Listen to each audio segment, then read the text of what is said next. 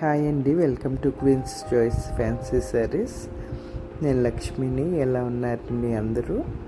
ఈరోజు ఈ షార్ట్ వీడియోలో మనం చూస్తున్న శారీస్ లెనిన్ టిష్యూ కోటా శారీస్ అండి. ఈ వీక్లో 2-3 టైమ్స్ డిఫరెంట్ డిజైన్స్లో ఇదే ఫ్యాబ్రిక్ పెట్టాము. ఫ్యాబ్రిక్ అయితే చాలా బాగుంది.